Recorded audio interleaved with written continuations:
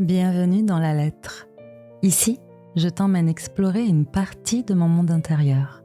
Dans cet espace, je partage mes histoires, mes émotions, mes découvertes et tous les enseignements que j'en retire. L'idée, c'est que tu te sentes décomplexé ou inspiré. Peut-être même que ça puisse impulser quelques déclics qui te permettront d'avancer sur le chemin de la connaissance et de l'amour de soi. Je te souhaite une belle écoute. Aujourd'hui, j'ai eu peur. J'ai eu peur de m'être trompée dans un de mes choix, parce que ce choix me cause encore maintenant des douleurs corporelles. Il y a quelques années, nous avons fait le choix, Sébastien et moi, de faire une FIV pour avoir un enfant. Et ce fut une année de traitement horrible, mais alors à tous les niveaux. Pourquoi ? Parce que j'allais à l'encontre de mes valeurs. En fait, depuis des années, je me soigne naturellement et je crois profondément que les choses arrivent ou n'arrivent pas pour une raison.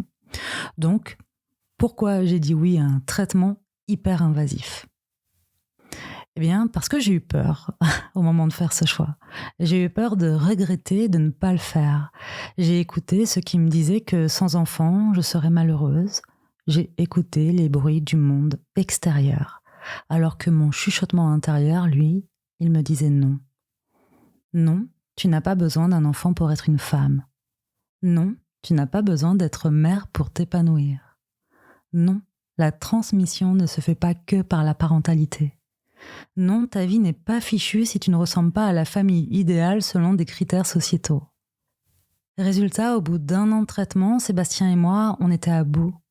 Mon corps, ma santé mentale, notre couple étaient mis à rude épreuve et dans un élan de désespoir, j'ai dit stop.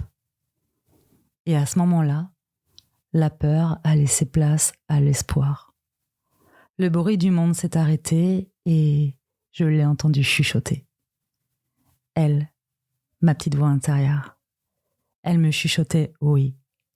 Oui, tu peux réaliser tes rêves. Oui, tu peux t'épanouir pleinement. Oui, tu as le droit d'emprunter un chemin différent. Oui, tu peux t'aimer et être aimé sans être mère. Oui, le voyage va être beau et merveilleux. Oui, tu vas apprendre de cette histoire et en faire un précieux cadeau. Oui, tu es complète, tu es femme. Oui, tu crées la vie et tu mets au monde de belles choses. Oui, oui et encore oui. Je me souviens de ce moment comme si c'était hier parce que j'ai eu tellement d'émotions. Et ce qui a suivi a dépassé toutes mes espérances. On a fait un premier voyage d'1 mois et demi à Bali pour nous former au yoga, Sébastien et moi. Puis nous avons tout vendu en France pour aller vivre à Bali pendant 8 mois. Aujourd'hui, on est au Cambodge. On a créé des choses merveilleuses et notamment la formation holistique. Bref, comme tous les choix, celui-ci comportait des aspects positifs et négatifs, confortables et inconfortables. Et on peut avoir peur de s'être trompé si on regarde qu'une seule face de la même pièce. Mais quand je prends de la hauteur et que je reviens à ce qui compte vraiment, j'ai beaucoup de gratitude pour cette version que j'étais à l'époque, pour cette version de moi qui a fait ce choix. Parce que c'est ce choix qui s'est avéré être le point essentiel pour me donner l'élan de sauter dans le vide et de réaliser mes rêves.